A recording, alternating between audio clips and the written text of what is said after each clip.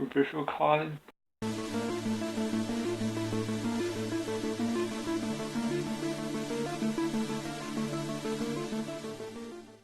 Hello and welcome to this week's episode of the Magic Minute.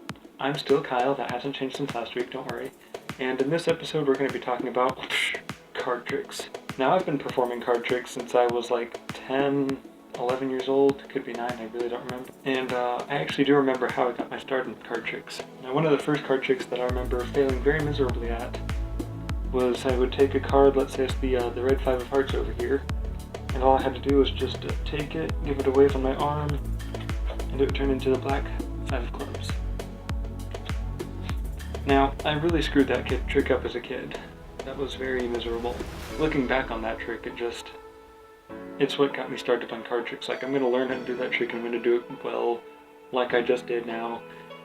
And I became obsessed with card tricks after that. I spent countless hours on YouTube just looking up various flourishes like this one, and actual card tricks, which I'll show you at the end of the video. And it was great, but YouTube isn't a very good teacher. It's great if you're just starting out, but books are the way to go. If you visit your local library, I'm sure you'll find a book there somewhere on Magic, or even download one online. There's plenty of resources if you ever want to be a card magician. And another thing that I love doing, it amazes everybody that sees it, is just this thing right here. I've talked about how great card tricks are. They're fun at parties, everyone loves them. I get asked a lot, hey Kyle, do you have a deck of cards on you? And I always carry a deck of cards. Like, I carry it to work, I carry them just on walks with the dog. I have a deck of cards by my pillow when I'm asleep. I always have a deck of cards nearby. You know, as a magician, you always have to be prepared, so that's why I keep a deck of cards everywhere. A lot of more experienced magicians will say, don't do card tricks, they suck. But me, I've been doing card tricks for so long that I can't stop doing them at this point. One of my favorite things to do is to close my eyes and just... There we go, we got there. This is called cardistry. Cardistry is the art of flourishing cards, and my favorite definition of cardistry is shuffling on steroids. Here we go. And there we should have a stick figure. My eyes are still very closed. You guys ever see The Matrix? Okay. Anyways. And cardistry is what I've been doing. I'm going to open my eyes now. Oh, that's bright. Cardistry is what I've been doing for most of my life. I've vlogged countless hours of watching cardistry videos on YouTube. I've subscribed to all the channels that do cardistry. I've even tried to make my own cardistry videos. They're up on Facebook. If you scroll down far enough, you might find one. I don't know if you care enough to. Cardistry is a great way to build finger dexterity, and playing piano helps to strengthen your fingers so that you can do cardistry.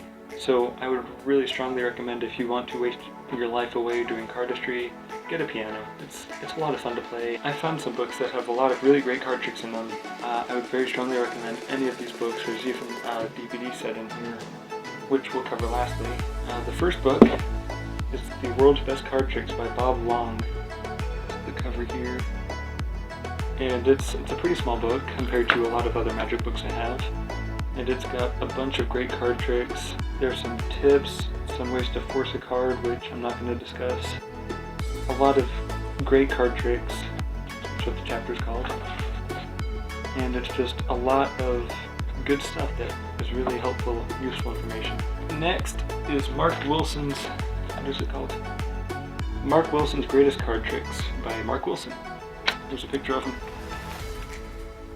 One of the world's best known illusionists, we don't know which world, but he's one of the world's best illusionists, reveals the secrets to his most astonishing card tricks in this concise volume. Mark Wilson teaches aspiring magicians of all ages card handling techniques, including the secrets of forcing, locating, and controlling the chosen card.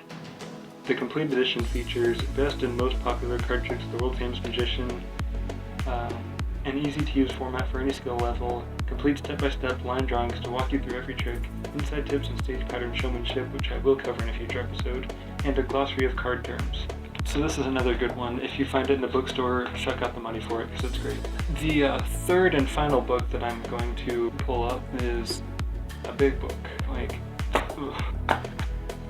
This is a lot of card tricks. It's called Constant Fooling 1. I guess this is part of the series, by David Regal. You can get a Constant Fooling 1 by David Regal.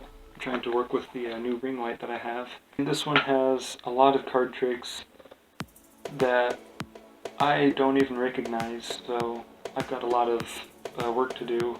It looks like it's got a few tricks that aren't card tricks too. Constant Fooling started as one volume, but over time became two for reasons of practicality. So this is just half of David Regal's knowledge. I don't have part 2 yet, I just now noticed that it's a two-parter. So I'd definitely strongly recommend this book. It is Constant Fooling by David Regal. And if you can find both parts, definitely do that. Definitely buy them both, because I haven't, and I'm kicking myself for not. Now this last one isn't a book, it's a 4 DVD set. It's called The Complete Card Magic. This is what it looks like. I don't know if that's Gary Griffin or Jerry Griffin or Jerry Driffin. I don't think it's Driffin, but who knows. It has over 120 effects scattered over 4 discs. Disc 1 has beginner and intermediate card tricks. DVD 2 has advanced and expert. 3 has extreme. DVD 4 has a bunch of, looks like cardistry and special sleight of hand that really is good for a magician to know.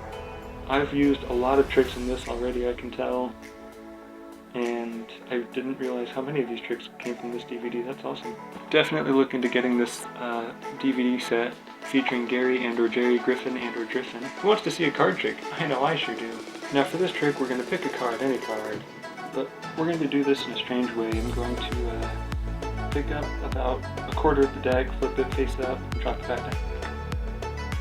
That's not it. I'm going to pick up about half the deck now, flip it face up, and then drop it back down.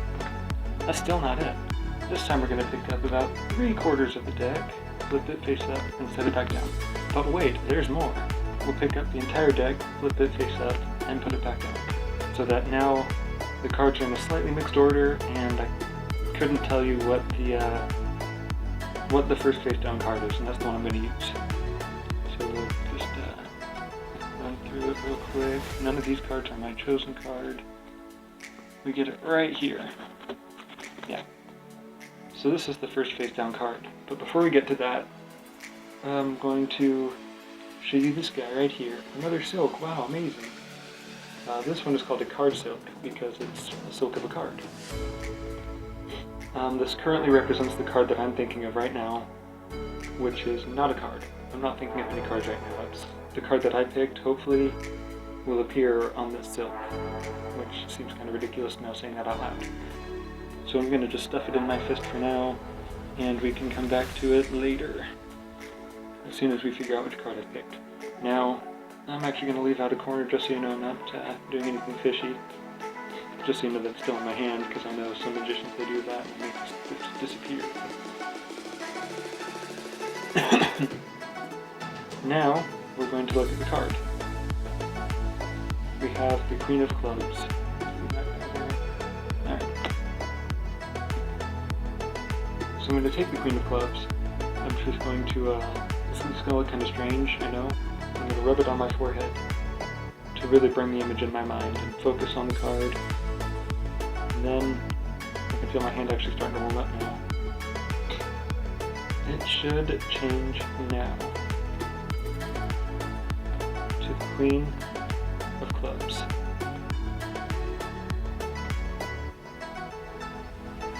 In case it wasn't obvious, I am a big fan of cards. Now once again, thank you for watching my video. Go ahead and give it a like if you liked it. If not, don't worry about it, don't dislike it please. If you have any questions, comments, or concerns, or suggestions for what I could talk about in a future episode, just let me know in the comments below. And if you're not already subscribed, you might as well. I mean, what do you have to lose, right? So, until next time,